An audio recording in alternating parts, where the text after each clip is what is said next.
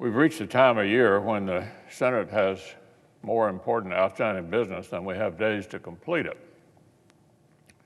Delivering for the American people will take focus, dexterity, and genuine bipartisanship. On government funding, as I've said for weeks, it's my hope that our committee's work will bear fruit and a full-year funding package will come to the floor in both chambers.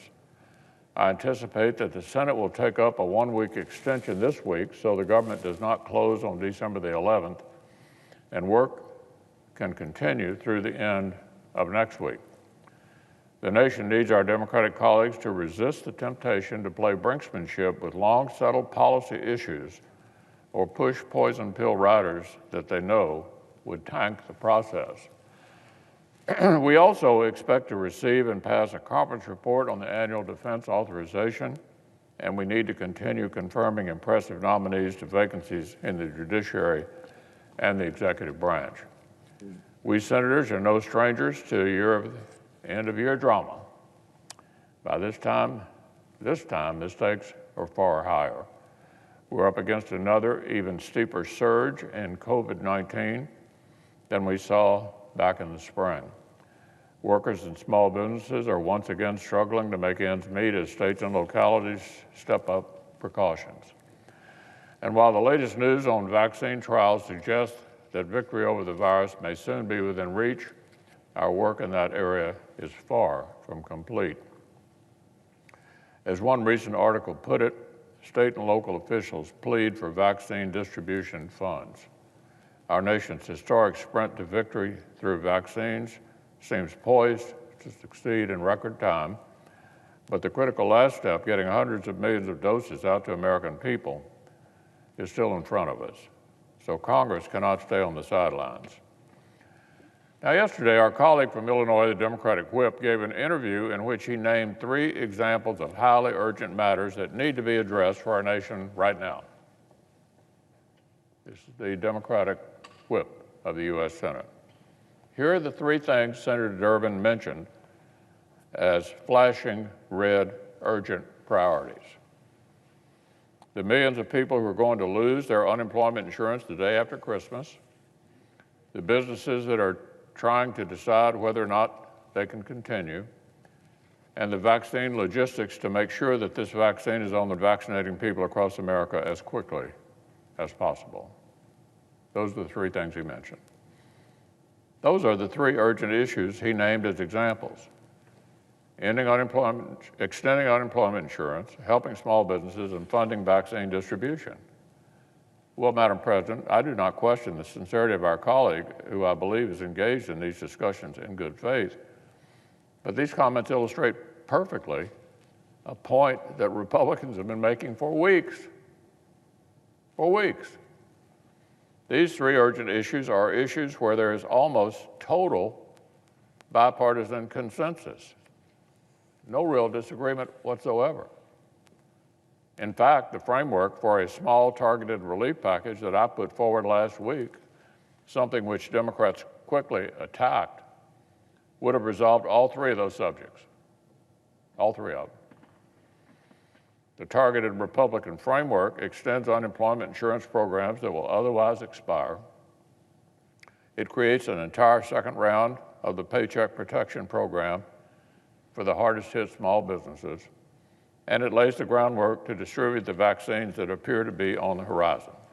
Check, check, check. The Democratic whip is right to recognize these 3 subjects are especially urgent because they are especially urgent.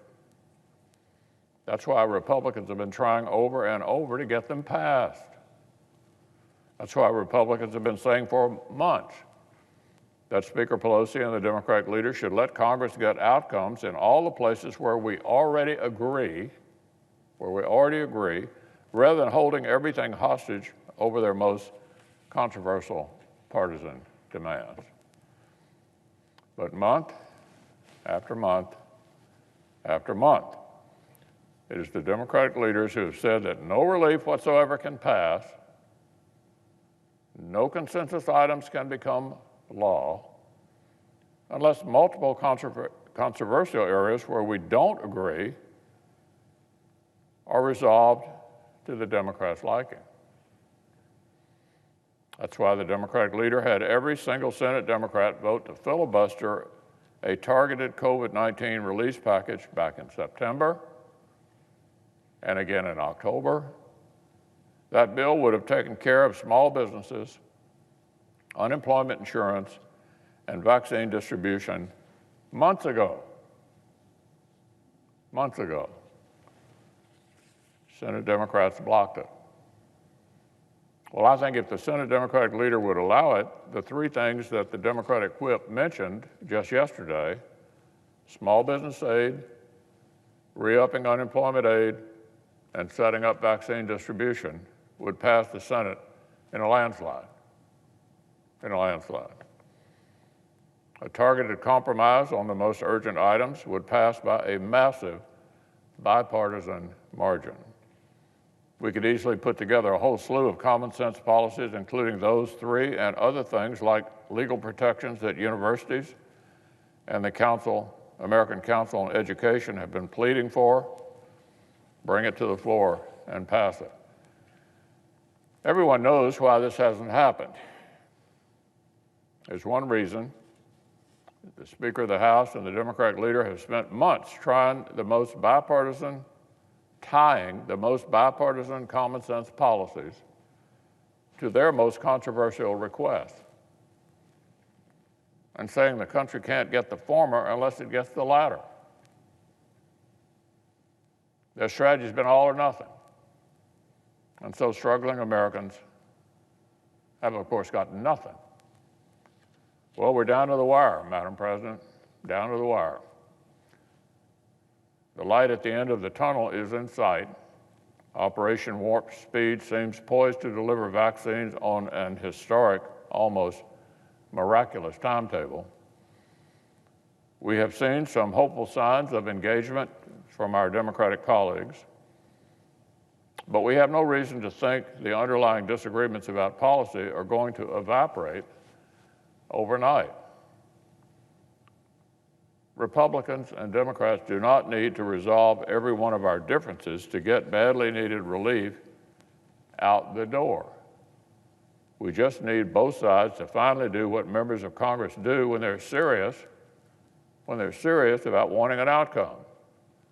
Drop the all or nothing tactics, drop the hostage taking, and make law in the many places where we have common ground.